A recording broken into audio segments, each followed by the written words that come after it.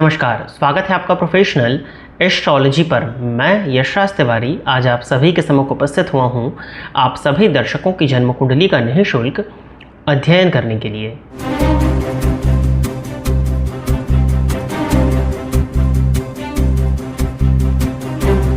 निःशुल्क जन्म कुंडली अध्ययन की सीरीज़ में आज तक 266 कार्यक्रम बन चुके हैं और इस सीरीज़ का जो आज का कार्यक्रम होने वाला है ये 267 नंबर का कार्यक्रम होने वाला है। साथ ही साथ इस सीरीज़ में आज तक 1207 लोगों की जन्म कुंडली का अध्ययन निःशुल्क रूप से किया जा चुका है और आज के इस कार्यक्रम की जो पहली जन्म कुंडली होगी वो 1208वें नंबर की जन्म कुंडली होने वाली है। यदि आप इस कार्यक्रम को देखते हैं और इस कार्यक्रम के माध्यम से आपका कुछ भी लाभ होता है तो आप इस वीडियो को लाइक करें, चैनल को सब्सक्राइब करें, साथ ही साथ ज़्यादा से ज़्यादा लोगों के साथ में शेयर करें ताकि और भी लोगों का लाभ और उसका माध्यम आप सभी दर्शक बने। यदि आप भी अपनी जन्म कुंडली का अध्ययन निःशुल्क रूप से ठीक इसी प्रकार से मेरे द्वारा कराना चाहते हैं तो आप अपनी बर्थ डिटेल्स जैसे कि आप अपना नाम, अपने जन्म की तिथि, अपने जन्म का समय और अपने जन्म का स्थान, ये चारों ही चीज़ें किसी भी एक स्पेसिफिक प्रश्न के साथ में इस वीडियो के कमेंट सेक्शन में दे दीजिए। आपकी डिटेल्स को देने के 1 से 1.5 महीने के बाद में आपकी जन्म कुंडली का अध्ययन मेरे द्वारा ठीक इसी प्रकार से यूट्यूब पर वीडियो बना करके निःशुल्क रूप से किया जाएगा। देवगुरु बृहस्पति ने राशि परिवर्तन कर लिया है, उच्च राशि में संचरण कर रहे हैं। यदि आप अपने लग्न एवं अपने राशि के आधार पर इनके फलकथन राशिफल के विषय में जानना चाहते हैं तो इस वीडियो के डिस्क्रिप्शन बॉक्स में आपको लिंक मिलेगा प्लेलिस्ट का, जाकर के अपने लग्न एवं अपने राशि के लिए उसको अवश्य ही चेक कर लीजिएगा। क्या उपाय आपको करने चाहिए इस विषय में भी उन वीडियोज़ के अंत में बताया गया है। अब हम बिना विलंब किए अपने आज के इस कार्यक्रम की शुरुआत करते हैं और आज के इस कार्यक्रम की जो पहली जन्म कुंडली है यह है पूजा चौहान जी। तो पूजा जी आप तैयार रहें, आपकी जन्म कुंडली में ले रहा हूँ। डेट ऑफ बर्थ दिया हुआ है इन्होंने 8 अगस्त 2001 और जन्म का समय बताया है शाम के 7:05। जन्म स्थान है देहरादून, उत्तराखंड।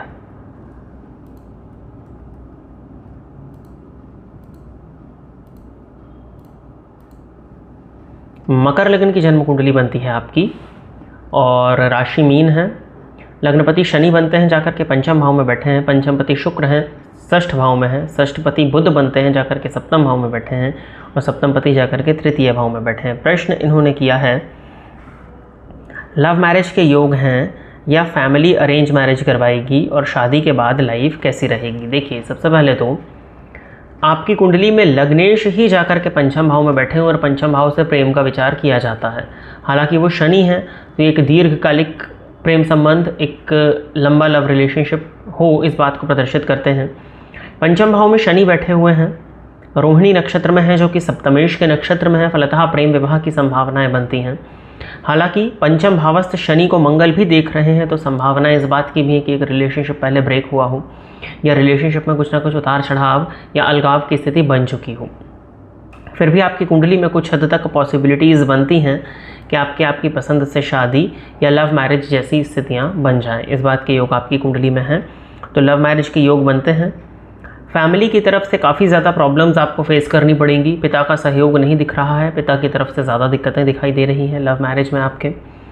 फिर भी आपकी कुंडली में कुछ प्लैनेटरी पोजीशन ऐसी हैं कि यदि आपका लव रिलेशनशिप जो है वो ब्रेक इत्यादि नहीं हुआ है, आप दोनों के बीच की यदि बॉन्डिंग अच्छी है तो आपकी लव मैरिज हो सकती है। फैमिली वहाँ पर परेशानी का कारण बनते हुए नहीं दिख रही है। वो मानेंगे तो नहीं ईजिली, लेकिन कहीं ना कहीं वो भी उतनी बड़ी परेशानी नहीं दिख रही है आपके केस में।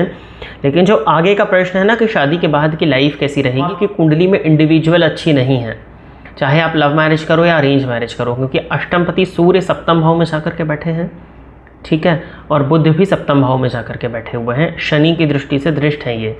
इस वजह से कहीं ना कहीं दाम्पत्य जीवन में परेशानी और नवमांश की स्थिति को देखा जाए तो अलगाव की स्थिति को प्रदर्शित करता है। तो लव मैरिज करने में कोई दिक्कत नहीं है, कुंडली मिलान होना चाहिए आपका शादी के पहले, नहीं तो आपकी कुंडली में सर्वाइवल ऑफ मैरिज मुश्किल दिखता है। कहीं ना कहीं अलगाव की स्थिति भी निर्मित हो सकती है यदि कुंडली का मिलान ठीक नहीं हुआ तो, क्योंकि नवमांश इस बात को साफ प्रदर्शित कर रहा है कि नवमांश में नीच के गुरु राहु के साथ सप्तम भाव में ही बैठे हैं तो कहीं ना कहीं ये दिक्कत तो होगी। नीच भंग भी नहीं हो रहा है वहाँ पे, तो बहुत अच्छी पोजीशन तो नहीं दिख रही है मैरिड लाइफ की। तो कुंडली का मिलान करके ही विवाह होना चाहिए। लव रिलेशनशिप यदि आपका एक ब्रेक हो गया है तो प्रेम विवाह होने की संभावनाएं बनती हैं। सर्वाइवल ऑफ मैरिज एक अलग विषय है जिसके लिए आपके और आपके होने वाले पति की कुंडली को दोनों को देखना होगा, मिलान करना होगा, उसके बाद में इस विषय पर और ज़्यादा कहा जा सकता है। आगे बढ़ते हैं। अगली जन्म कुंडली जो है यह है संजय पाटिल जी। तो संजय जी आप तैयार रहें, आपकी जन्म कुंडली मैं ले रहा हूँ। डेट ऑफ बर्थ दिया है इन्होंने 30 मई 1975। समय बताया है जन्म का 2:20 AM, नासिक महाराष्ट्र। मीन लग्न की कुंडली है, मकर राशि बनती है, लग्नपति गुरु ही बनते हैं, जाकर के लग्न में ही बैठे हुए हैं हंस नामक महापुरुष योग लगा करके। गुरु और मंगल की युति आपके ही लग्न में बनी हुई है। लग्नेश और भाग्येश की युति यदि लग्न में हो तो व्यक्ति भाग्यवान होता है, ज्ञानवान होता है और अपने भाग्य और अपने ज्ञान के दम पर अपने जीवन काल में अच्छी सफलताओं को अर्जित करता है। लग्नगत गुरु मंगल की युति पर शनि की दृष्टि पड़ रही है, राहु की दृष्टि पड़ रही है, जिस वजह से जातक कई बार मानसिक रूप से अशांत और बेचैन हो जाता है, कार्य उसके डिले होते हैं, सरदर्द की शिकायत आती है, हेल्थ में कुछ ना कुछ उतार चढ़ाव की स्थिति बनती है, कुछ हद तक भ्रम की स्थिति भी जीवन काल में बनती है। जातक अज्ञात भय से कई बार ग्रसित भी हो सकता है। लग्नगत मंगल होने के बावजूद अज्ञात भय की स्थिति देखने में जातक के जीवन काल में मिल सकती है। प्रश्न इन्होंने किया है, पिछले कुछ सालों से कर्ज बढ़ता जा रहा है, क्या लोन से बाहर निकलने और फाइनेंशियल स्टेबिलिटी के योग है? लोन से अब आप बाहर निकल आओगे, घबराने की ज़रूरत नहीं है। मंगल आपकी कुंडली के लग्न में बैठे हुए हैं भाग्येश होकर के और लग्नेश के साथ हैं, तो कर्ज से तो आप निकल ही आएंगे। कर्ज कोई बहुत बड़ी समस्या आपकी कुंडली में नहीं होगी। ऋण भाव के स्वामी जाकर के तीसरे भाव में बैठे हैं, राहु की दृष्टि से दृष्ट हैं, ये एक परेशानी का कारण बन रहा है जिस वजह से आप ऋण से ग्रसित हैं। और शनि की दशा आपको अभी प्रारंभ हुई है 11 जून 2026 के बाद से। तो शनि आपके लिए एकादशेश होकर के चतुर्थ भाव में बैठे हैं और नवमांश में वो नीच राशि में है। तो यदि आपकी कोई प्रॉपर्टी ऐसी है जिसको आप रेंट पर दे सकते हैं या कमर्शियल प्रॉपर्टी कोई आपकी है, यानी कि रेंट का पैसा कहीं से यदि आपके पास आता है तो उस पैसे को आप अपने EMIs भरने में, अपना लोन देने में लगाइए। बाकी ऋण से आप निकल आओगे, इसमें कोई दिक्कत नहीं है। फाइनेंशियल स्टेबिलिटी भी आपकी कुंडली में ज़रूर जैसे जैसे समय आगे बढ़ेगा आपको देखने में मिलेगी। धन ठीक ठाक होगा लेकिन फाइनेंशियल उतार चढ़ाव रहेगा। एकदम स्टेबल बहुत ज़्यादा मैं नहीं देख पा रहा हूँ, क्योंकि लाभ स्थान में चंद्रमा बैठे हैं, वो पंचमेश होकर के बैठे हैं, तो लाभ की स्थिति तो बनाएंगे लेकिन एक सी आय नहीं रहेगी। कभी आय अच्छी होगी तो कभी आय खराब हो जाएगी, क्योंकि एक फाइनेंशियल फ्लक्चुएशन, एक इनकम में फ्लक्चुएशन के योग आपकी कुंडली में है, वो चंद्रमा के चलते हैं। लेकिन मंगल और गुरु की युति लग्नगत है तो मुझे कोई बहुत ज़्यादा दिक्कत नहीं दिखती। शनि राहु कहीं ना कहीं संघर्ष करा रहे हैं, लेकिन आपको सिर्फ स्वास्थ्य का ध्यान देने की ज़रूरत है। जैसे जैसे समय आगे बीतेगा अपने आप स्थितियाँ ऐसी बनेंगी कि आप ऋण से मुक्त हो जाएं। उपाय के तौर पर आपको ऋण मोचन का पाठ करना चाहिए मंगलवार के दिन, और गन्ने का रस या अनार का रस या फिर गुड़ मिश्रित जल, इन तीनों में से किसी भी एक चीज़ को आप ले लीजिए। मंगलवार के दिन शिव जी के मंदिर में जाकर के शिव जी का अभिषेक करिए। इस उपाय को करने से जो ऋण से संबंधित परेशानी है उसमें कमी आ जाती है, तो इसको आप कर सकते हैं। ऋण कोई बहुत बड़ी समस्या आपकी कुंडली में मैं नहीं देख पा रहा हूँ। आगे बढ़ जाते हैं। अगली जन्म कुंडली जो है यह है नेहा बंसल की। तो नेहा जी आप तैयार रहें, आपकी जन्म कुंडली मैं ले रहा हूँ। डेट ऑफ बर्थ दिया हुआ है इन्होंने 17 नवंबर 1998 और जन्म का समय बताया हुआ है 9:55। चंडीगढ़ का जन्म है।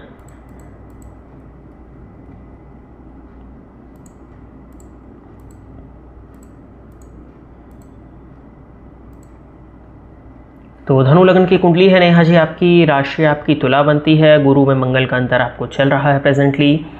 प्रश्न इन्होंने किया है, कंटेंट क्रिएशन और सोशल मीडिया में करियर बनाना चाहती हूँ, क्या इसमें नाम और सक्सेस मिल सकती है? तुला राशि आपकी है। क्या देवगुरु बृहस्पति का राशि परिवर्तन देख के आपने कमेंट किया होगा, मुझे ऐसा लग रहा है। देखिए आपकी कुंडली धनु लग्न की है, लग्नपति ही तीसरे भाव में जाकर के बैठे हैं और तृतीय भाव में गुरु हैं। दूसरा भाव वाणी का है, तीसरा भाव एक्सप्रेशन का है, कम्युनिकेशन का है, वे ऑफ कम्युनिकेशन का है कि किस तरह से आप अपनी बात को रखते हो। वहाँ गुरु बैठे हैं जाकर के तृतीय भाव में, तो आप अपने ज्ञान को कुछ इस तरह से प्रदर्शित करोगे कि सामने वाले को समझ में आएगा कि हाँ इस व्यक्ति के पास नॉलेज है, इस व्यक्ति के पास में ज्ञान है। तो ये तो आपके लिए स्किल है, एक तरह से आपके लिए अच्छा होगा कंटेंट क्रिएशन की फील्ड में। अब बात ये होती है कि आप किस तरह का कंटेंट बनाना चाह रहे हो, नॉलेज रिलेटेड है या कुछ और रिलेटेड है। तृतीय पति पंचम में बैठे हैं जाकर के, नीच राशि में वक्री हैं और अपने राशिपति से दृष्ट हैं। फलतः ये बता रहे हैं कि ज्ञान युक्त कंटेंट, स्किल से संबंधित कंटेंट आप लोगों को बताओ, स्किल बेस्ड कंटेंट आप बनाओ जिसमें नॉलेज हो, जिसमें लोगों को कुछ सीखने को मिले। इस तरह का कंटेंट यदि आप बनाते हो तो आपको कंटेंट क्रिएशन की फील्ड में सफलताएं मिल सकती हैं। मंगल आपकी कुंडली के दशम भाव में है, षड्बल में अत्यधिक बलवान हैं, नवमांश में आपके मंगल उच्च के हैं। तो बस प्रयत्न करते रहना है, निरंतरता के साथ में करते रहना है, कंसिस्टेंसी ब्रेक नहीं होनी चाहिए। यदि आप कंसिस्टेंटली एफर्ट्स दे रहे हो तो लग्नपति पराक्रम भाव में है, आपसे एफर्ट्स मांगेंगे। राहु की दृष्टि लग्न और लग्नेश दोनों पर है, ये भी आपसे एफर्ट्स मांगेगी। लेकिन यदि आप कंसिस्टेंटली एफर्ट्स देते हो तो कंटेंट क्रिएशन की फील्ड में आपको अच्छी सफलताएं देखने में मिल सकती हैं या मिल जानी चाहिए। और सोशल मीडिया की फील्ड में भी दशम भाव में मंगल बैठे हुए हैं, चतुर्थपति तृतीय में बैठ करके राहु से दृष्ट हैं, बिल्कुल वहाँ पर भी सफलताएं अच्छी बनती हैं। नवमांश में भी राहु की स्थिति कुछ इस तरह से बनती है कि आप अपने ज्ञान और अपने कला दोनों का ही प्रदर्शन करके अच्छी इनकम जनरेट कर सकते हो। सोशल मीडिया की फील्ड में भी आपकी कुंडली में ग्रोथ है। बुध शुक्र की युति 12वें भाव में है, हालांकि बन रही है तो किया जा सकता है, कोई दिक्कत नहीं। षडबल थोड़ा सा कमज़ोर है तो सक्सेस मिलने में समय लगेगा, मैंने आपको बताया। सूर्य नेम फेम के कारक हैं, 12वें भाव में जाकर के बैठे हुए हैं 0 अंश पर, और जल तत्व की राशि में चलित में वो 11वें भाव का अर्थात अपनी नीच राशि का फल दे रहे हैं। तो नेम और फेम बनाने में आपको काफ़ी टाइम लगेगा, मेहनत करनी पड़ेगी, एफर्ट ज़्यादा करने पड़ेंगे, समय ज़्यादा लगेगा। लेकिन यदि आप समय दे रहे हो कोई दिक्कत नहीं है, किया जा सकता है, आपकी कुंडली तैयार है। इसमें मुश्किलें ज़्यादा हैं लेकिन फिर भी आपको करना चाहिए, मैं करने की ही सलाह आपको देता हूँ। सूर्य भगवान की आराधना करिए, सूर्य को जल दिया करिए। और देवगुरु बृहस्पति का राशि परिवर्तन प्रभाव आपने देखा है, मुझे ऐसा लगता है, क्योंकि वो राशि से मिलता जुलता समझ में आ रहा है। तो जो उसमें मैंने गुरु से संबंधित उपाय बताए हैं ना, उनको आप करना प्रारंभ करिए। उन दोनों उपायों को आप करेंगी और सूर्य की आराधना करना, आदित्य हृदय स्तोत्र का पाठ करना, या फिर आप रविवार का उपवास कर सकते हो, नित्य सूर्य को जल देना, सूर्य के मंत्रों का जाप करना, रविवार के दिन लाल रंग के वस्त्रों को पहनना, लाल चंदन का तिलक अपने माथे पर लगाना। इन सब कुछ उपायों को यदि आप करोगे तो आपके सूर्य बली हो जाएंगे। जब आपके सूर्य बली होंगे तो नाम मान सम्मान पद प्रतिष्ठा इन सभी की वृद्धि जातक के जीवन काल में होने लगती है। तो आप इस उपाय को करना प्रारंभ कर दीजिए। तो प्रिय दर्शकों, इतनी ही जन्म कुंडलियों का अध्ययन करने के लिए आज मैं आप सभी के समक्ष उपस्थित हुआ था। आशा करता हूं कि जितने भी लोगों की जन्म कुंडलियों का अध्ययन निःशुल्क रूप से मेरे द्वारा इस निःशुल्क जन्म कुंडली अध्ययन के कार्यक्रम के माध्यम से किया गया, वो सभी लोग संतुष्ट होंगे। यदि आप इस कार्यक्रम को देखते हैं और इस कार्यक्रम के माध्यम से आपका कुछ भी लाभ होता है तो आप इस वीडियो को लाइक करें, साथ ही साथ इस चैनल को सब्सक्राइब करें, ताकि इन फ्यूचर जो भी कंटेंट मेरे द्वारा इस चैनल पर अपलोड किया जाता है उसका नोटिफिकेशन आपको मिलता रहे। यदि इस कार्यक्रम के माध्यम से आपका कुछ भी लाभ होता है तो आप इस वीडियो को ज़्यादा से ज़्यादा लोगों के साथ में शेयर करें, ताकि और भी लोगों का लाभ और उसका माध्यम आप सभी दर्शक बने। यदि आप भी अपनी जन्म कुंडली का अध्ययन निःशुल्क रूप से मेरे द्वारा कराना चाहते हैं तो आप अपनी बर्थ डिटेल्स, जैसे कि आप अपना नाम, अपने जन्म की तिथि, अपने जन्म का समय और अपने जन्म का स्थान, ये चारों ही चीज़ें किसी भी एक स्पेसिफिक प्रश्न के साथ में इस वीडियो के कमेंट सेक्शन में दे दीजिए। आज के इस कार्यक्रम में बस इतना ही रखते हैं। नमस्कार।